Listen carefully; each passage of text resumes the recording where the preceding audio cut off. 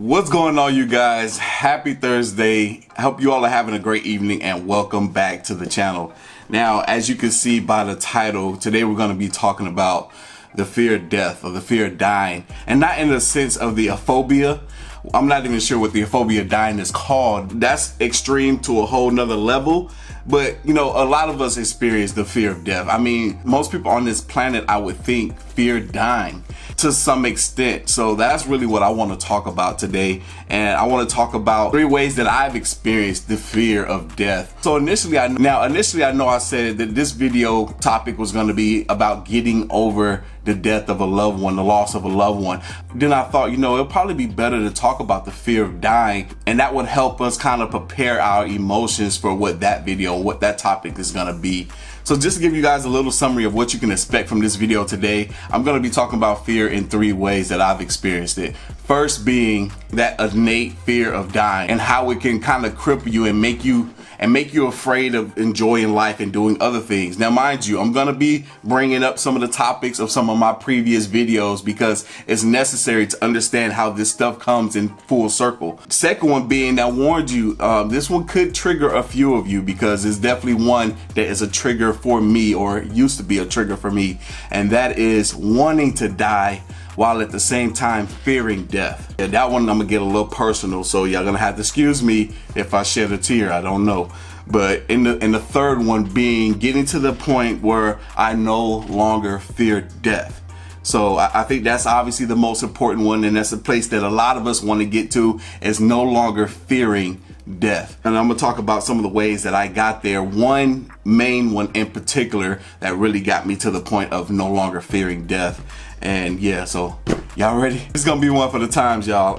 Look, I don't even have when I come up with these concepts and ideas and topics that I want to talk about, I don't really structure them. I just go off of feeling and emotion and just thoughts that's, you know, just buried in my membrane. And yeah, so I don't know. I don't know exactly what I'm about to say up to here. I know what I wanted to say up to that point, but yeah. Y'all ready? Woo, let's get into this.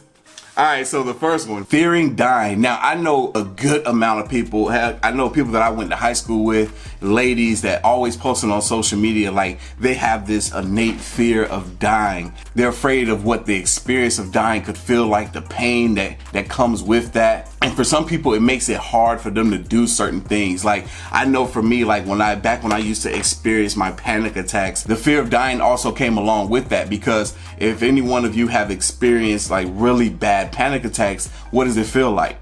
Yes, it feels like you're dying. So if you're like me, I've had multiple dozens of near-death experiences because of how scary and how painful those panic attacks are, to the point where you feel like you are dying, like your body, your mind, everything is shutting down, shivers, shakes. It's just the most terrifying feeling that I myself have ever experienced. It's like feeling fear. It's like the Grim Reaper is coming for you type of thing. It make you not want to do certain things that normal people take for advantage. Like I said before, getting on the airplane. Yes, I know I associated the fear of getting on the airplane with the panic attacks, but it also associated with the fear of dying too, because you and I have both seen that planes, when they go down, the survival rate is slim to none. It doesn't happen as often as car crashes do, but nonetheless, it's still a scary, scary situation. Like I said before, the fear of going on a roller coaster, you and I have both seen that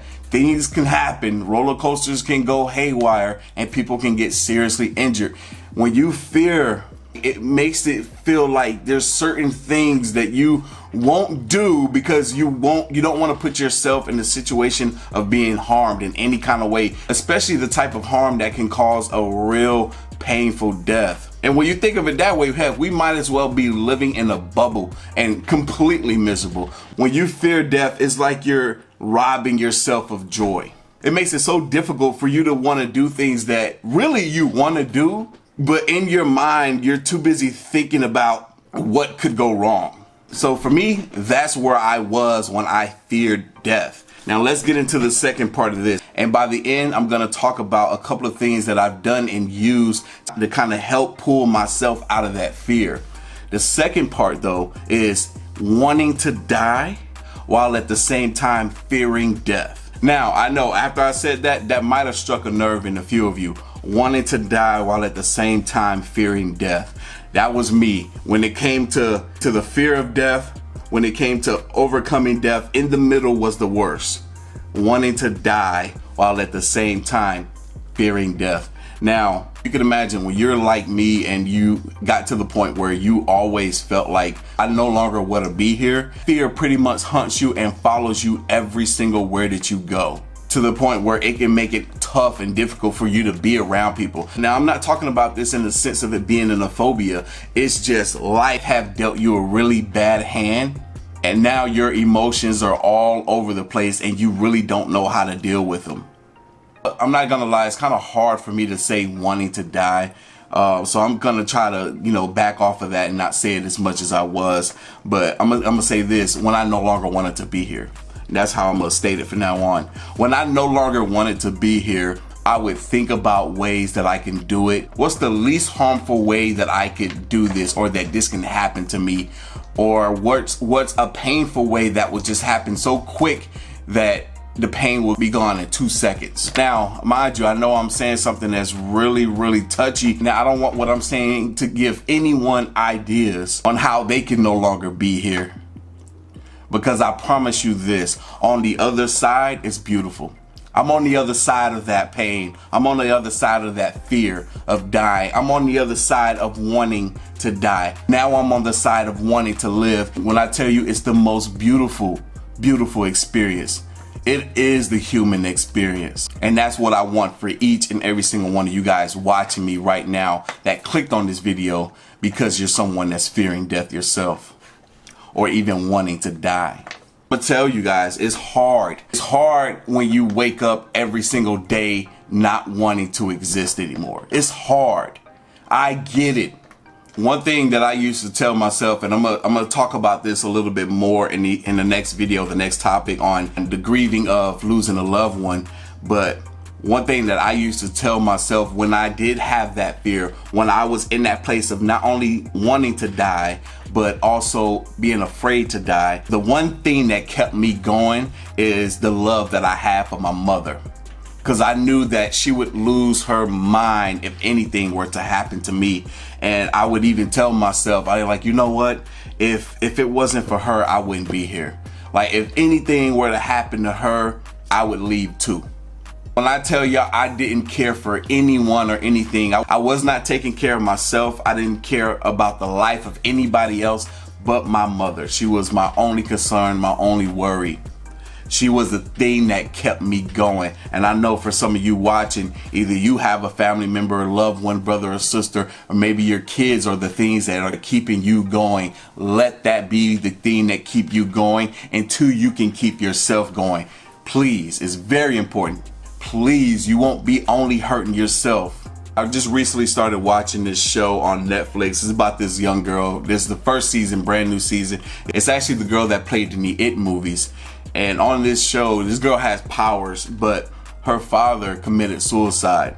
And her father was going through the exact same thing that she is currently. And you find that out by the last episode. But it was so much for him. It was so overbearing for him that he left his family behind, his wife, his daughter, his son. And now the family grieves, especially the daughter. She has it the hardest. It's almost like, and I've heard one of my viewers say, when you commit suicide, is you pass that pain on to somebody else. And that's what you see happening with this young girl. That pain has been passed from her father down to her. That pain doesn't go away. Somebody else that is close to you will pick up that pain and live with it for who knows how long, or it could even make them want to end it all. Now, a little bit more about the fear of death while at the same time wanting to die. I'm gonna talk about this in two ways, two different types of experiences. One being my panic attacks, and two being something I haven't shared with you guys yet, and it's something that I actually suffer from even till this day, and it's called sleep paralysis. For those of you that don't know what sleep paralysis is when you're asleep, but you can't wake up. You might even be consciously aware of the fact that you're asleep, but you are completely paralyzed and you can't get yourself to wake up. That's something that I suffer from. I don't have it as often as I used to, and I know the things that trigger it. Sleep paralysis, you can feel like you can die in your sleep as well, but depending on the level that you have it to, it can be very scary. But I feel like for a lot of people, if you're someone who want to end it all, but you fear dying, if you experience something like a panic attack, it will almost humble you to the point where you don't want to die. Because I know for me, whenever I experienced a panic attack, all I wanted to do was live because it felt like I was dying. Now, I was telling myself the story in my head that I was already dead, that I was no longer alive, that I was basically a walking zombie, and I spoke about that before. People would even see me and they would say, yo, you look like something is really wrong with you. I was a walking zombie. I was already dead inside. Now it was time for my physical body to meet my mind. When I suffered from those panic attacks, since they made me feel like I was so close to death, it made me not want to die. So it was almost like I was grateful for having them. And I know a lot of people will say, yo, how can you be grateful for experiencing a panic attack and feeling like you're wanting to die? Because the panic attacks brought me to the reality of just how painful dying could be. Y'all remember I talked about Bob Proctor and the steps that lead to death with your own emotions, and panic and anxiety is right before dying. There's the doubt and worry, depression, panic, anxiety, death. Your mental state can cause your body to go into a state of panic to where it feels like it's in the fight or flight mode and that it may not survive. Each time I had one of those near-death experiences, I felt like it was much more difficult to fight and stay alive than it was the last time. Now I want to share a story with you all. It's not my own personal story, but it was one that blew my mind. I just heard it a couple of days ago. Story about this guy in 1973 who was hired to fix a refrigerated box cart on the back of a train. Now he steps foot inside this box cart and he locks himself inside. Immediately he started to panic. He's banging on the doors. Nobody is hearing him. Next thing you know, a little time has gone by. He finds a quarter on the floor. And he takes this quarter. He's like, yo, I'm going to carve my thoughts inside of this box cart. So first he writes in there, yo, it's getting really cold in here. Next thing he writes, there's nothing that I can do but wait. Then he writes, half asleep. I can barely write anymore. Then after that, he writes, these might be my last words. I think I'm going to die. Now, a couple of hours passed by. They found him. They opened up the ice box and he was dead. But get this, they couldn't understand why, because the temperature inside the box was 57 degrees. Mind you, he went in there to fix the box because it wasn't getting cold enough.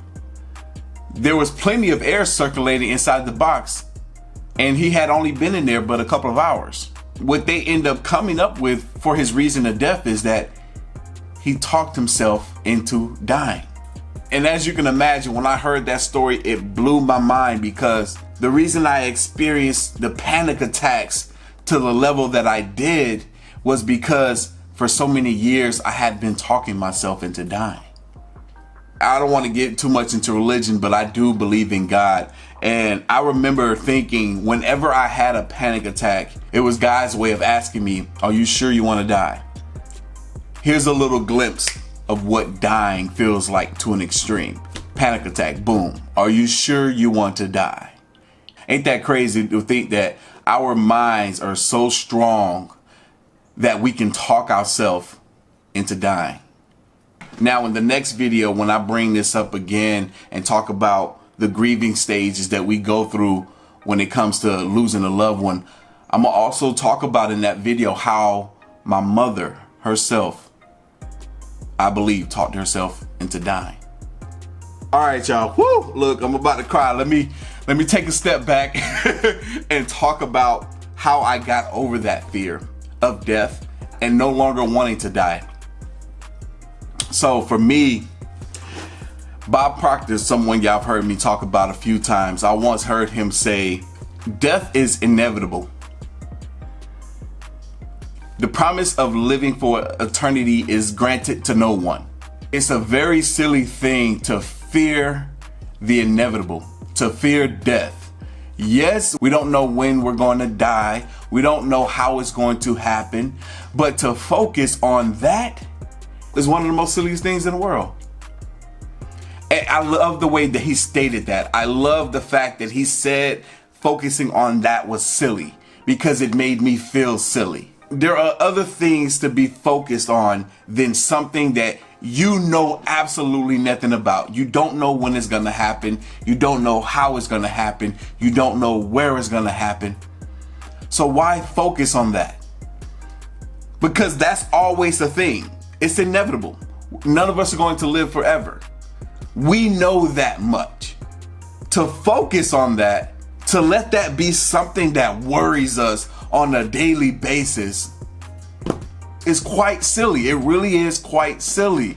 But it's not just easy to say that. It's not just easy to dismiss that thought as it being just silly. Okay, now that I know it's silly, what else can I do for it to not be something that's on my mind all the time? To change your focus.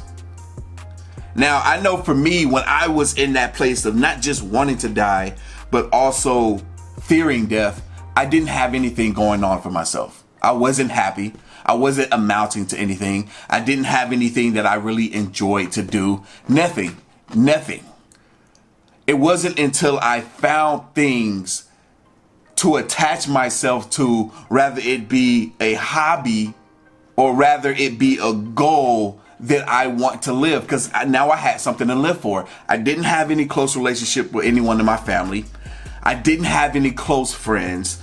I wasn't in a relationship. I wasn't even in the mental space to even be in a relationship. Nothing was going right. I had none of those things to attach myself to. So it made me not only feel like I wasn't wanted by others, but it made me feel like I didn't want myself. So I had to find something to attach myself to that was positive, something that I can enjoy, hopefully something that I can also enjoy with other people, something to live for. That was the turning point for me, is realizing how silly it was to focus on something that was the inevitable, because I wasn't aware of that. Increase your level of awareness. Yeah, some of y'all gonna hear me say in every single video, because that is really the starting point. Awareness. The more you are aware about this stuff, then the easier it is for you to move forward in life. Increase your awareness. Now I was aware that it was so silly to think about something that was the inevitable, that death was granted for everyone, that no one was special enough to outlive it. Now that I realize how silly of a thought that was, now I have to make strides in finding something that's worth living for and honing in on that. Now, for some of you, like I said, if your parents and your kids are the reason you're going this far, find something else within that. See if your kids have an interest, something that they themselves really enjoy doing or would like to do, and become a part of that with them. Maybe it's karate, maybe it's taking up dancing or gymnastics, maybe it's a sport. Be a part of that with them and help them grow into becoming better human beings. And if you're like me and you don't have any kids, find something that you enjoy. Hell, some of the things that I used to do art all the time. I used to ride skateboards all the time. I used to yo-yo. I don't have a yo-yo around me, I don't think. Something that I really enjoy doing. And I just recently started back doing that. Finding little things that bring joy to your life, because a lot of us are living without it. But yeah, you guys, I'm gonna stop right here. Like I said, I'm gonna be revisiting and talking about some of this stuff a little bit more, a little bit later in the next video when I talk about the grievance. But yeah, nonetheless, I hope you guys took something from this. I hope you guys are having an amazing Thursday. As always, it's been great coming in here talking to you guys, and I'll catch you in the next one.